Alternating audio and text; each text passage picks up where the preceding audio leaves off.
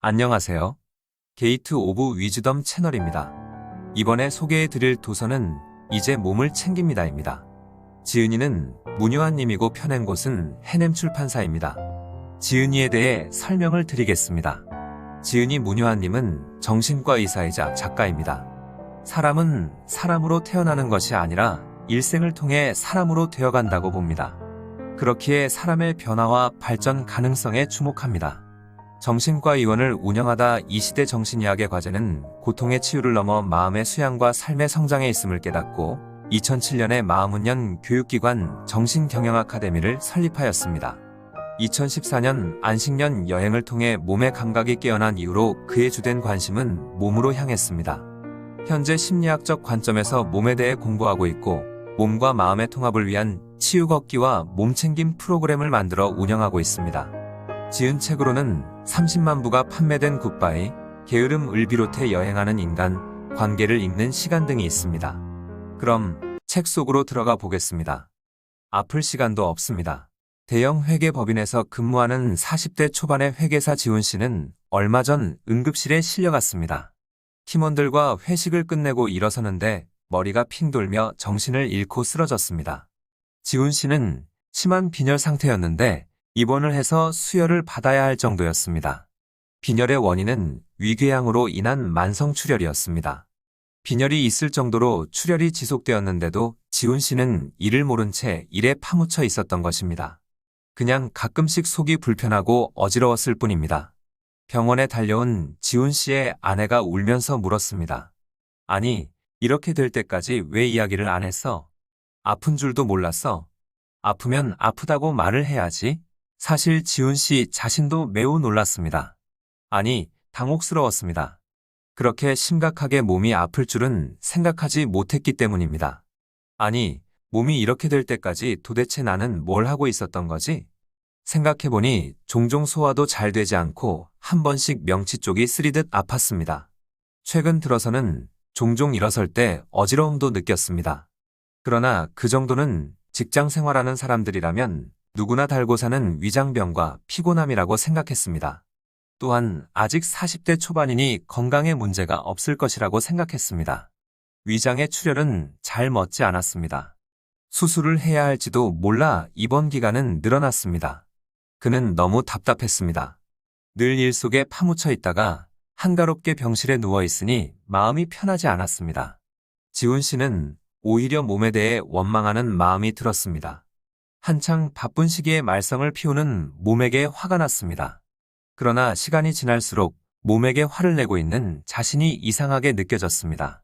돌아보면 그는 회사에 들어온 이후 지금까지 제대로 쉰 적이 없습니다. 이끌어줄 만한 선배도 없는 지방대 출신이어서 자신의 힘으로 임원이 되고 싶었습니다. 새벽까지 일을 하느라 회사의 간이 침대를 놓고 잠을 잔 적도 한두 번이 아니었습니다. 보란듯이 성공하고 싶었고 그렇게 열심히 사는 것을 삶에 대한 열정이라고 자부해왔습니다. 주변에서는 그런 지훈 씨를 보며 건강 좀 챙기라고 말했지만 그는 한 귀로 흘렸습니다. 그럴 때마다 아플 시간도 없어 라고 대답했습니다. 돌아보니 자신이 몸에게 화를 낼 것이 아니라 몸이 자신에게 화를 내야 하는 상황이었습니다. 정말 몸을 혹사시켰다는 생각이 들었습니다. 그는 자신이 나쁜 마부처럼 느껴졌습니다. 좋은 마부는 말이 짊어질 수 있는 적당한 짐을 실어 나르게 하고 말의 상태를 잘 살펴가며 말이 잘 쉬고 잘 먹도록 합니다. 자신의 생계를 책임지는 말이 고맙기 때문에 한 생명으로 대하고 잘 보살핍니다. 그러나 나쁜 마부는 눈앞의 이익에 욕심을 냅니다. 말에게 적절한 양보다 늘 더 많은 짐을 실어 나르게 하고 먹이나 휴식조차 제대로 주지 않고 일을 시킵니다. 당장 몇 푼의 돈이라도 더 벌기 위해서입니다. 그뿐 아닙니다. 말이 힘들어서 제대로 걷지 못하거나 아프면 말에게 채찍질을 합니다. 걷지 못할수록 더 세게 후려칩니다. 그 끝은 무엇일까요? 말이 쓰러지고 병들고 죽는 것입니다. 나쁜 마부에게 말은 그냥 돈벌이 수단에 불과합니다. 말이 쓰러지면 다른 건강한 말을 사버리면 그뿐입니다. 지훈 씨는 한마디로 나쁜 마부였습니다. 몸이 어떤 상태인지는 알려고도 하지 않았고 그저 많은 일을 시키는데 급급했습니다. 그리고 이렇게 쓰러지고 난 뒤에도 미안함을 느끼기보다 몸을 원망했습니다. 대한민국은 피로공화국이다라는 말이 있을 만큼 주변을 보면 늘 피로해 라는 말을 달고 사는 이들이 많습니다. 오죽하면 전 세계에서 일본과 우리나라에서만 과로사라는 용어를 사용하고 있겠습니까? 정말 많은 사람들이 만성피로를 호소합니다. 그런데 사실 만성피로가 증상인지 질병인지 아직도 애매합니다. 미국 질병통제예방센터는 1994년도에 만성피로에 대해 이렇게 정의 내린 바 있습니다. 설명되지 않는 피로가 6개월 이상 지속적 혹은 반복적으로 나타나거나 현재의 힘든 일 때문에 생긴 피로가 아니며 휴식으로 증상이 호전되지 않고 직업, 교육, 사회, 개인 활동이 증상이 나타나기 이전보다 실질적으로 감소해야 한다. 만성 피로가 일반 피로와 본질적으로 다른 점은 현재의 일 때문에 생긴 피로가 아니며 휴식으로도 증상이 호전되지 않는다는 사실입니다. 왜 그럴까요? 우리는 피로와 피곤이라는 단어를 섞어서 사용하지만 두 단어를 구분할 필요가 있습니다. 쉽게 말해 피로는 에너지가 일시적으로 고갈된 상태를 말합니다. 말 그대로 일을 많이 해서 지친 것입니다. 그에 비해 피곤은 괴로울 곤이라는 단어가 들어가 있습니다. 지친 것을 넘어 괴롭다라고 할 만큼 피로가 축적된 상태를 말합니다.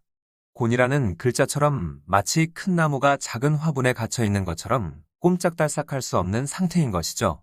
피곤은 피로보다 심하고 만성화된 상태로 과로의 억압이 더해질 때 나타납니다. 즉, 피로를 느끼고 쉬고 싶은데 제때 제대로 쉴 수 없고 계속 일을 해야 할 때 우리는 피곤해집니다. 누가 우리를 못 쉬도록 하는 것일까요? 과거 산업화 시대에는 공장 관리자의 통제하에 하루 16시간 중노동에 시달렸던 시절이 있었습니다. 저임금에도 불구하고 먹고 살기 위해 잠 안 오는 약을 먹어가며 밤샘 작업을 해야 했습니다. 그러나 이는 옛날 이야기입니다. 그럼 지금은 누가 우리를 피곤하게 하는 것일까요? 그것은 바로 우리 자신입니다. 억압이 외부에서 주어질 때와 달리 내부에서 주어지면 착취는 더욱 심해집니다. 자신을 위해서 한다고 생각하기 때문입니다. 에너지가 고갈된 줄도 모르고 더욱 열심히 합니다. 그 끝은 무엇일까요? 질병 아니면 소진입니다. 소진이라는 말은 다 써서 없어짐을 뜻합니다. 여기서 다 썼다는 것은 비상사태를 위해 꼭 남겨둬야 할 여분의 에너지까지 바닥이 난 상태를 말합니다. 자동차로 이야기하면 주유 경고등이 들어온 뒤에도 계속해서 운전하다 차가 멈춰서 버린 것입니다. 피로가 해소되지 않으면 피곤이 되고 피곤이 해소되지 않으면 어느 순간 소진이 찾아옵니다. 소진은 단지 에너지의 고갈만을 의미하는 것이 아닙니다. 긴장과 이완, 일과 휴식, 피로와 활기 등 우리 몸의 고유한 생체 리듬이 완전히 붕괴된 것을 의미합니다. 우리 몸은 자체적으로 회복과 치유 기능을 가지고 있지만 그 리듬이 완전히 고장 난 상태가 바로 소진입니다. 소진이 되면 아무리 쉬어도 쉰 것 같지가 않고 뭘 해도 피곤하게 느껴집니다. 자기 착취의 끝이 바로 소진인 셈입니다. 여러분은 어떻습니까? 예전에 제가 점심시간이면 자주 찾던 식당이 있었습니다. 60대 초반의 부부가 운영하는 곳인데 음식이 정갈하고 맛있어서 늘 단골 손님으로 북적였습니다. 그 식당은 무려 20년 동안 설날과 추석날을 제외하고 매일 문을 열었습니다. 손님들은 그분들을 보며 성실한 분들이라고 칭찬했습니다. 그러던 어느 날이었습니다. 점심때 찾아갔는데 식당 문이 닫혀 있었습니다. 개인 사정으로 쉰다는 종이 한 장이 붙어 있었습니다. 무슨 일이 생겼는지 궁금했습니다. 그 종이는 5일이 넘도록 붙어 있었습니다. 6일째 되던 날에 문이 열렸습니다. 아주머니 혼자 계셨습니다. 아저씨가 갑작스럽게 쓰러져 심장마비로 돌아가셨다고 합니다. 뭐라고 드릴 말씀이 없었습니다. 이렇게 주변을 보면 갑자기 세상을 떠나는 이들이 있습니다. 의학적으로는 돌연사에 대한 정의와 통계가 정확하지 않지만 일반적으로 급성 심장정지로 인한 사망을 돌연사라고 봅니다. 2017년 질병관리본부 급성 심장정지 통계에 의하면 우리나라에서 한 해 동안 무려 1만 8,261명이 돌연사로 숨졌습니다. 이는 폐암이나 교통사고로 인한 사망자보다 더 많습니다. 이러한 돌연사의 원인은 심근경색증과 같은 심장질환이 대부분입니다. 그런데 돌연사는 정말 갑작스럽게 찾아오는 것일까요? 실제 돌연사 중에는 아무런 사전 증상이 없이 갑작스럽게 심장이 멎는 경우도 있지만 절반 이상은 사전에 경고 증상이 있습니다. 많은 이들이 일상생활 중에 가슴이 크게 답답하거나 아픈 증상을 겪습니다. 그렇게 보면 이러한 몸의 소리에 귀를 기울이면 충분히 예방할 수 있는 경우가 꽤 많습니다. 우리 몸은 하루아침에 망가지지 않습니다. 자각 증상이 전혀 없이 죽는 경우는 예외적인 경우이고 대부분의 큰 병은 오기 전에 크고 작은 경고 신호가 있게 마련입니다. 그런데 생각보다 많은 사람들이 이러한 몸의 신호를 무시합니다. 별거 아닐 거야 라고 몸의 신호를 차단하는 것입니다. 돌연사도 경고 증상을 무시하고 스스로 병을 키운 경우가 많습니다. 또한 지훈 씨처럼 잘 못 느끼는 경우도 많습니다. 몸에 아예 신경을 쓰지 않고 살면서 몸의 감각이 떨어져 있기 때문입니다. 과잉 경쟁의 사회에서 몸은 가장 먼저 희생이 됩니다. 우리는 몸이 고통을 느끼든 어떻든 별로 신경을 쓰지 않는 것은 물론 목표 추구를 위해 최소한의 돌봄과 휴식조차 주지 않는 경우가 많습니다. 그것도 자기 스스로 말입니다. 몸과 마음의 만남, 바디플리스. 당신은 하루에 몸을 얼마나 느끼고 살아갑니까? 어떤 대답이 떠오르나요? 사실 이런 질문조차 익숙하지 않을 것입니다. 몸의 감각, 몸을 느끼는 것, 그게 뭐지? 라는 생각부터 들지 모릅니다. 우리는 외모에 무척 신경 쓰고 각종 영양제를 챙겨 먹고 몸에 투자를 많이 하지만 정작 자신의 몸을 잘 느끼지 못합니다. 아니라고요? 지금 이 책을 읽는 동안 당신은 몸의 상태에 대해 조금이라도 의식한 적이 있습니까? 당신이 지금 어떤 자세로 앉아 있는지 느끼고 있나요? 책상에 앉아 있다면 책을 만지고 있는 손의 느낌이나 엉덩이와 의자가 닿는 느낌을 느끼고 있나요? 지금 당신의 척추가 어떤 커브를 그리고 있는지 느끼나요? 당신의 몸에서 어느 부분이 긴장되어 있는지 알고 있나요? 어깨와 목에 긴장이 느껴진다면 이를 스스로 풀 수 있나요? 이처럼 우리는 일상에서 몸을 잘 느끼지 않고 살아갑니다. 몸챙김의 가장 기본은 몸의 주의를 기울이는 것입니다. 우리는 몸을 잘 느끼지 않습니다. 아니, 잘 느끼지 못합니다. 퇴화되어버린 꼬리뼈처럼 우리는 신체 내부 감각을 잃은 채 몸과 함께 살아가지 못합니다. 몸이 삶에서 유리되면 우리는 온전한 경험을 할 수 없습니다. 몸과 멀어지면 감각이나 감정 등을 느낄 수 없고 머리로만 살아가게 됩니다. 심리학에서는 오랜 시간 마음의 억압에 대해서만 주목해왔지만 더 큰 문제는 몸의 억압입니다. 처리되지 못한 억압된 감정은 무의식에 차곡차곡 쌓여 마음을 교란시키듯 억압된 몸은 자기라는 안정된 감각을 끊임없이 위협합니다. 유독 몸과 마음에 단절이 심한 이들이 있습니다. 몸의 억압이 심한 사람들입니다. 이들은 어린 시절부터 자신의 몸에 대해 열등감을 느끼고 몸을 부끄럽게 여겨온 경우가 많습니다. 그리고 심리적 트라우마를 받은 사람들입니다. 이들에게 몸은 심리적 고통을 자꾸 떠올리게 하는 통로이기 때문에 몸을 잘 느끼지 않으려고 애를 씁니다. 몸에 대한 열등감이나 심리적 트라우마가 없는 보통 사람들도 몸과 함께 살지 못하는 경우가 많습니다. 우리가 너무나 오랜 시간 동안 몸보다 마음을 중요하게 여겨왔기 때문입니다. 점점 달라지고 있지만 아직도 몸을 저급한 것으로, 의식이 없는 살덩이로, 그리고 정신의 방해물로 취급하는 경우가 많습니다. 이 문화에서 몸은 천대받을 수밖에 없습니다. 이는 몸과 마음을 더욱 분리시킵니다. 그러나 우리가 주체로서 살아가기 위해서는 몸과 마음의 두 날개가 모두 필요합니다. 마음뿐 아니라 몸 역시 주체가 되어야 합니다. 우리는 편의상 몸을 두 가지로 구분할 필요가 있습니다. 바로 소마와 바디입니다. 소마라는 말은 소매틱스 분야의 창시자라고 할 수 있는 토마스 한나가 붙인 이름입니다. 그는 안으로부터 경험되어지는 몸이라는 의미로 소마라는 용어를 사용했습니다. 소마는 몸의 신체적 특성에 기초해서 우리가 느끼는 몸의 내부 감각을 통해 자신의 몸을 자각하는 상태를 말합니다. 마음과 연결된 몸이 바로 소마입니다. 이는 오감, 자기수용 감각, 평형 감각, 내장 감각 등 몸의 감각이 잘 기능하는 몸입니다. 소마는 주체로서의 몸이며 이때 몸과 마음은 통합된 상태입니다. 소마에 대한 상대어로 바디가 있습니다. 바디는 내 몸이 다른 이들에게 어떻게 비추어지는지에 대해 생각하는 몸을 말합니다. 이는 주체가 아닌 객체로서의 몸입니다. 내 몸이 뚱뚱하다, 나는 못생겼다, 내 머리는 커, 광대뼈가 튀어나왔어, 눈이 작아 등 외모에 대해서 하는 말과 비슷합니다. 바디로서의 몸은 실체가 아니라 바디 이미지라는 말에 가깝습니다. 몸이라고 번역하지만 의미상으로는 몸뚱이를 말하며 몸과 마음은 단절된 상태입니다. 지금 몸에 열풍이 불고 있지만 사실 이는 몸에 대한 관심이 아니라 몸뚱이에 대한 관심입니다. 몸이 소마가 아니라 바디 이미지로만 존재하면 우리는 자신의 몸을 힘들게 하면서까지 남들에게 잘 보이려고 애를 쓰게 됩니다.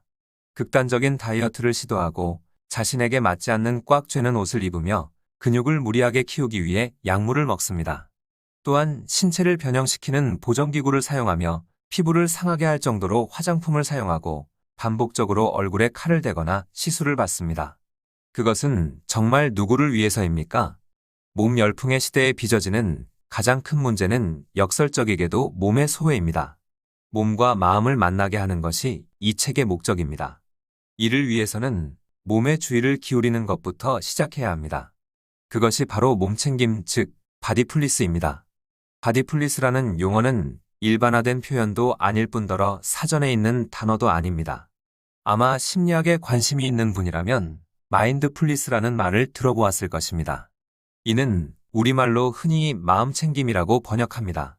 동양의 명상을 토대로 마음챙김 프로그램을 개발한 존 카바찌는 이를 현재의 순간에 비판단적으로 주의를 기울이는 것이라고 정의했습니다. 즉, 마음챙김은 우리가 지금의 경험에 주의를 기울일 수 있는 상태를 말합니다. 학자들마다 개념이 조금씩 다르지만 공통적으로 현재 순간 자각 수용 이 세 가지를 중요한 요소로 꼽습니다. 즉, 마음챙김이란 수용적인 태도로 현재 경험을 자각하는 것이며 간단하게 말하면 깨어있는 마음이라고 할 수 있습니다. 그렇다면 우리는 어떻게 일상의 어지러운 마음에서 마음챙김의 상태로 나아갈 수 있을까요? 카바찌는 몸의 감각 경험에 주의를 기울이는 몸챙김이야말로 마음챙김의 중요한 통로라고 이야기합니다. 실제 마음챙김 프로그램을 보면 요가, 명상, 바디스캔 등 몸과의 접촉에 많은 시간을 할애합니다. 우리가 지금 이 순간에 존재하려면 우리의 의식은 머리가 아닌 몸에 머물러야 합니다. 생각과 감정은 끊임없이 변화하고 지금이 아니라 과거와 미래로 우리를 끌고 가기 때문입니다. 몸챙김은 몸이 있는 곳에 마음이 머무르는 것을 말합니다. 몸이 식탁에 있으면 음식을 먹는 것에 마음이 가 있고, 몸이 걷고 있을 때에는 걷는 것에 마음이 가 있고, 몸이 책상 앞에서 일을 할 때에는 그 일 속에 머무를 때 그 마음이 건강한 마음입니다. 몸이 있는 곳에 마음이 있어야 우리는 깨끗한 시간을 보낼 수 있습니다. 만약 몸이 있는 곳에 마음이 있지 않으면 우리는 오염된 시간을 보낼 수밖에 없습니다. 친구와 이야기를 하다가 계속 다른 생각에 빠지고 운동을 하면서도 회사 일을 걱정하고 일을 하려고 책상 앞에 앉아 있지만 공상 속에 빠지게 됩니다. 그런 의미에서 몸챙김과 마음챙김은 다른 말이 아닙니다. 모두 마음이 지금 이 순간의 경험에 머무르는 것을 말합니다. 다만 그 이 순간의 경험은 몸의 신체 감각을 바탕으로 이루어지기 때문에 몸챙김이란 말은 그 의식의 주의점이 어디인지 보다 명확하게 표현한 것입니다. 몸챙김은 생각이나 감정 혹은 외부의 자극 이전에 몸의 감각을 알아차리는 게 그 초점입니다. 이러한 몸챙김은 당연히 비판단적일 수밖에 없으며 그 명확한 초점으로 인해 알아차림의 힘을 길러내는 데 효과적입니다. 물론 몸챙김에는 주의, 지각뿐 아니라 인지의 요소도 있습니다. 그러나 정신적 경험 이전에 신체적 경험이 우선입니다. 몸의 감각에 능동적으로 주의를 기울이고 몸의 내부 감각을 느끼는 것이 이루어진 다음에 그 감각의 신호와 의미를 이해하는 것이 뒤따릅니다. 따라서 마음챙김이 우리가 가고자 하는 방향이라면 그곳에 이르는 길이 바로 몸챙김이라고 할 수 있습니다. 몸챙김을 한마디로 정의하면 순간순간 따뜻한 주의를 몸에 기울이는 것을 말합니다. 그냥 주의가 아니라 따뜻한 주의라고 한 것은 몸을 수단으로 대하지 않고 삶의 동반자로 대한다는 존중의 의미를 담고 있습니다. 우리가 무언가에 주의를 기울이는 것은 단순한 행위가 아닙니다. 에너지를 전달하는 것입니다. 당신이 배가 고프다고 해봅시다. 당신의 모든 주의는 먹는 것을 향하게 됩니다. 배고픔이 심해질수록 어떻게든 먹을 것을 찾고 만들려고 할 것입니다. 그것이 해결되지 않고서는 아무것도 할 수가 없습니다. 사람에 대한 관심도 마찬가지입니다. 당신이 누군가에게 계속 주의를 기울인다고 합시다.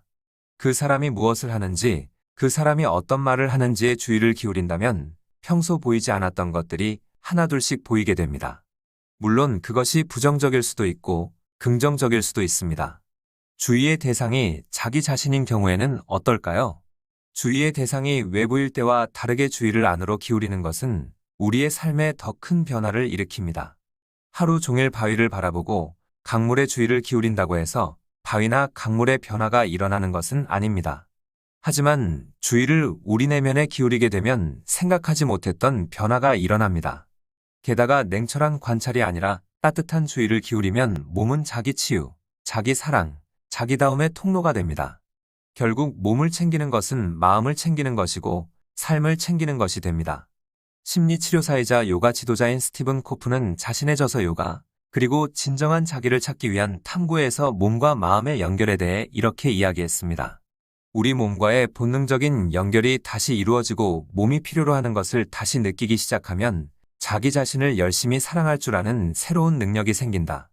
자기 몸을 돌보는 진정성 수준이 달라지면 건강 상태와 식생활, 몸의 에너지, 시간 관리 방식에 대한 관심도 달라지고 재설정된다. 자신을 더욱 잘 돌보게 만드는 이 변화는 그래야만 한다는 생각 때문이 아니라 자발적으로 자연스럽게 이루어진다. 그리하여 자신을 돌볼 때 찾아오는 즉각적이고 본질적인 기쁨을 경험하게 된다. 내 몸은 내 건강의 주체입니다. 공무원인 은영 씨는 건강관리에 무척 신경을 씁니다.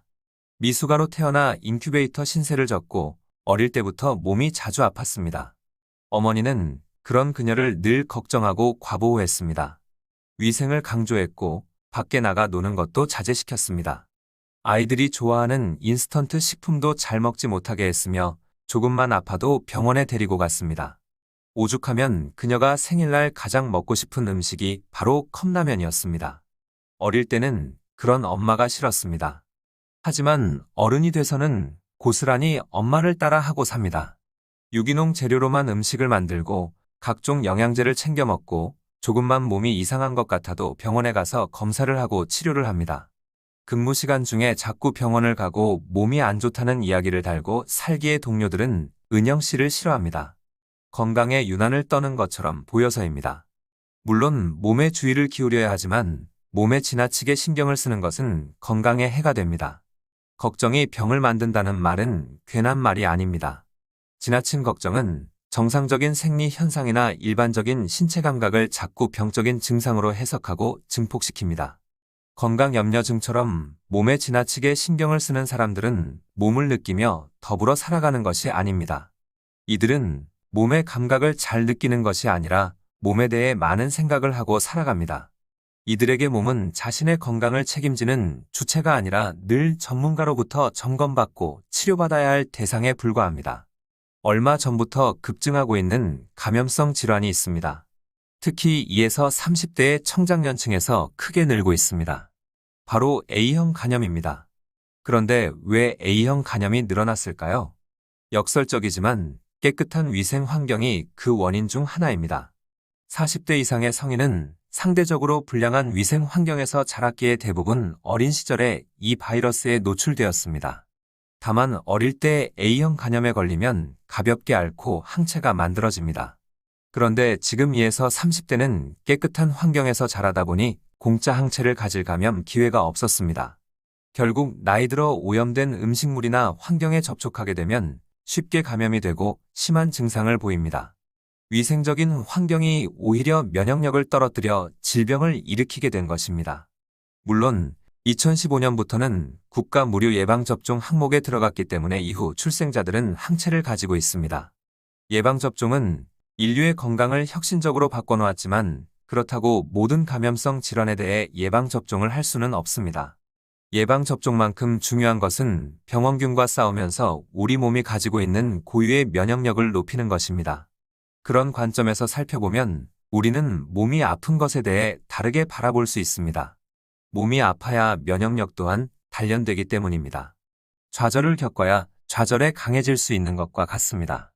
물론 자연치 유력만을 강조하고 병원 치료나 약물을 거부하는 극단적인 태도는 조심해야 합니다. 하지만 몸이 아픈 것을 꼭 제거해야 하거나 안 좋은 것으로만 여기는 관점 역시 경계해야 합니다. 지나치지만 않는다면 몸이 아픈 것은 몸이 강해지는 과정입니다. 특히 어린 시절의 감염과 질병은 면역 체계를 활성화시키고 발달시키는 트레이닝 캠프라고 볼 수 있습니다. 실제 독일 하이델베르크의 암연구센터 올리이 아벨팀에 의하면 지난 5년 동안 감기나 독감에 한 번도 걸려본 적이 없는 사람이 1년에 평균 3회 정도 감기에 걸린 사람보다 암에 걸릴 확률이 4에서 6배나 높다고 합니다. 병균이 없는 환경이나 질병이 없는 생활이 좋은 것이 아니라 오히려 면역력을 약화시키고 인간의 건강을 위협할 수 있다는 것입니다. 먹고 자란 아이가 건강하다거나 어릴 때 자주 아픈 아이들이 나중에 오래 산다는 옛말도 있습니다. 질병에 대해 무조건 해롭게 바라보거나 건강에 반대되는 개념으로 생각하는 것에서 벗어나야 합니다. 외과 의사인 버니 시걸은 사랑 플러스 의술 이꼬르 기적이라는 책에서 오랜 임상 경험을 바탕으로 암 진단을 받은 사람들을 세 부류로 나누었습니다. 첫 번째 그룹은 암 환자의 15에서 20%입니다. 이들은 무의식적으로 혹은 의식적으로 죽기를 원합니다. 암 때문에 절망에 빠져서이기도 하지만 어쩌면 그전부터 삶에 대한 애착이 별로 없었을지도 모릅니다.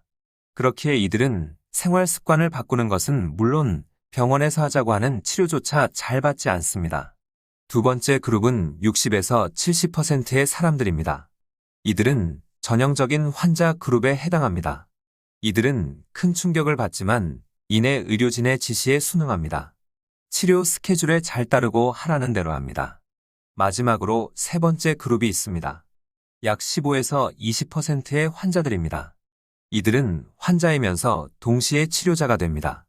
이들은 단순히 의료 소비자에 머무르지 않고 치료에 주체적으로 참여합니다.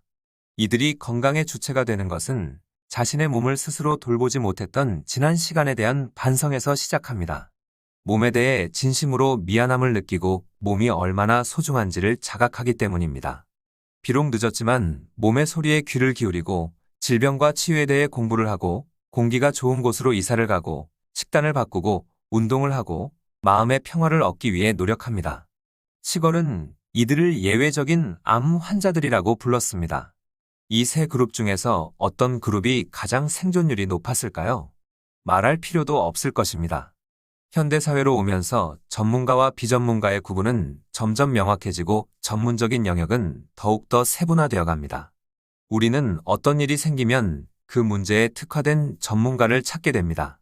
법적인 문제가 생기면 변호사를 만나고 아이 공부를 위해서 학원을 보내고 상담이 필요하면 상담가를 만나고 집을 짓기 위해 건축가를 만납니다. 그렇기에 건강과 관련된 문제는 당연히 의료인을 만납니다. 현대사회에서 각종 전문가들은 특화된 전문성을 위해 많은 노력과 시간을 투자하지만 자격을 엄격히 제한하고 지식을 독점하고 그들만의 용어를 사용하며 배타적 위치를 독점해 갑니다. 그렇기에 전문가는 그 분야의 해결사가 되고 개인은 의뢰인으로 전락하게 됩니다. 자신의 문제를 전적으로 전문가에 의존하고 스스로 문제 해결의 과정에서 소외를 자처합니다. 가장 심각한 분야가 바로 의료 분야입니다. 우리는 조금이라도 아프면 자신이 건강의 주체라는 사실을 잊은 채 왜 아프게 되었는지, 무엇을 해야 하는지 잘 살펴보지 않고 건강 문제의 해결을 모두 의료인에게 맡깁니다. 대부분의 의료인들은 자신의 지시에 순응하고 환자 역할에 충실한 사람들을 좋아합니다. 예외적인 환자들을 싫어합니다. 그러나 건강의 주체가 되려면 예외적인 환자가 되어야 합니다. 그것은 의료인의 지시를 따르지 말라는 것도 아니고 자연 치유에 매달리라는 것이 아닙니다. 질병과 그 치료 과정을 단지 의료인에게 자신을 내맡기는 의존적 경험으로 여길 것이 아니라 자신의 생활을 되돌아보며 몸과 마음의 조화와 균형을 회복할 기회로 삼는 것입니다. 건강의 주체가 된다는 것은 무엇을 말할까요? 그 핵심은 몸을 건강의 주체로 인식하고 존중하는 것입니다. 이렇게 이야기하면 많은 이들은 자기 몸을 소중하게 생각하지 않는 사람이 어디 있어라고 하지만 실제로 정말 많습니다. 그냥 몸에 좋다는 음식이나 약을 많이 먹고 열심히 운동한다고 몸을 존중하는 것이 아닙니다. 평소에 몸의 소리에 귀를 기울이지 못하고 몸을 느끼지 않고 살아간다면 몸을 존중한다고 할 수 없습니다. 질병에 걸렸을 때조차 해로운 생활 습관을 방치한 채 병원에만 열심히 다닌다면 몸을 돌본다고 할 수 없습니다. 건강한 몸에 초점을 두지 않고 예쁘고 멋있는 몸을 만드는 것에 초점을 두고 있다면 이 역시 건강의 주체라고 할 수 없습니다. 우리의 몸은 하나의 역동적인 자기보호 시스템입니다. 갑작스럽게 발생한 외상사고를 제외하면 치유란 본질적으로 의사나 약물에 의해 이루어지는 것이 아니라 우리 자신에 의해 이루어집니다. 그리고 그 치유력의 핵심은 몸입니다. 실제 우리 몸 안에는 건강을 지켜주는 수많은 보호 장치와 프로그램이 내장되어 있습니다. 예를 들어 우리 몸은 해로운 독소로부터 우리를 보호하는 해독 시스템이 있으며 간, 폐, 장은 이를 담당하는 대표적 기관입니다. 만일 간이 해독할 수 있는 양보다 더 많은 술을 마시게 되면 토하게 됩니다. 해독 시스템이 작동하는 것이지요. 그것은 머리가 시키는 것이 아니라 몸이 먼저 느끼고 반사적으로 반응하는 것입니다. 그러나 만일 그 신호를 계속 무시하면 어떻게 될까요? 음주량을 초과해서 토하는데도 반복해서 과음을 하게 되면 우리 몸의 보호장치는 잘 작동하지 않습니다. 나중에는 아무리 마셔도 잘 토하지 않는 상태가 됩니다. 어떤 사람들은 이를 좋아합니다. 술이 세졌다고 생각합니다. 하지만 그것은 술이 세진 것이 아니라 몸의 보호 장치가 고장 났다는 사실을 의미합니다. 많은 질병이 그렇습니다. 몸의 경고 증상을 무시하다가 결국 몸의 자기보호 시스템이 무너진 결과가 질병입니다. 그런데도 사람들은 병이 나면 몸을 원망합니다. 열심히 살아가야 할 때에 왜 몸이 자기 말을 안 듣냐며 화를 냅니다. 배신감을 느끼는 사람들도 있습니다. 하지만 생각해 보세요. 몸은 지금까지 우리가 시키는 대로 군말 없이 헌신해 왔습니다. 우리가 몸에 전혀 신경을 쓰지 않고 오히려 잠을 안 재우고 휴식을 취하지 않고 몸에 해로운 음식을 주어도 묵묵히 우리를 위해 일해왔습니다. 그리고 병이 나기 전에도 여러 신체 증상을 통해 자신의 이야기를 들어달라고 하소연을 했습니다. 병이 난 뒤로도 몸은 어떻게든 우리를 살려보겠다고 고군분투하고 있습니다. 몸이 우리를 배신한 것이 아니라 우리가 몸을 배신해 온 것입니다. 몸은 늘 우리를 돌봐주었고 우리 곁에 있어 주었습니다. 몸은 끝까지 내 편입니다. 질병은 몸의 배신이 아니라 몸의 비명입니다. 제발 몸의 소리에 제대로 귀를 기울여 달라고 애원하는 것입니다. 그 해결을 의료인에게만 맡겨서는 안 됩니다. 우리 자신이 그 이야기를 들어주어야 합니다. 그 시작은 몸과 친해지고 몸을 자각하는 것입니다. 껍데기로 살아가는 몸은 치유력이 없습니다. 치료의 대상에 불과한 몸 역시 치유력이 없습니다. 존중받는 몸, 자각된 몸일수록 더욱 치유력을 발휘합니다. 삶의 시작부터 나와 함께 살아오고 나를 위해 헌신해온 내 몸에게 따뜻한 주의를 기울이고 몸이 내게 건네는 이야기에 귀 기울여야 합니다. 이 시대의 영성가인 에크하르트 톨레는 이렇게 이야기합니다. 당신이 몸에 대해 많이 인지할수록 면역 체계는 강해집니다. 마치 세포가 모두 활성화되는 것처럼 말이죠. 당신이 몸의 느낌에 주의할수록 매우 강력한 자아 치료 시스템이 작동합니다. 당신이 몸 안에 주둔하지 않으면 질병이 어느새 빈틈을 타고 공격해 들어오게 되죠. 주인 없는 집에 환영받지 못하는 손님이 침입하기 쉬운 것처럼 말입니다. 몸을 인지할수록 신체뿐만 아니라 정신의 면역 체계도 강화됩니다. 이상으로 이 도서의 소개를 마치겠습니다. 감사합니다. 구독과 좋아요, 알림 설정은 영상 제작에 큰 힘이 됩니다. Get of Wisdom 채널이었습니다. 감사합니다.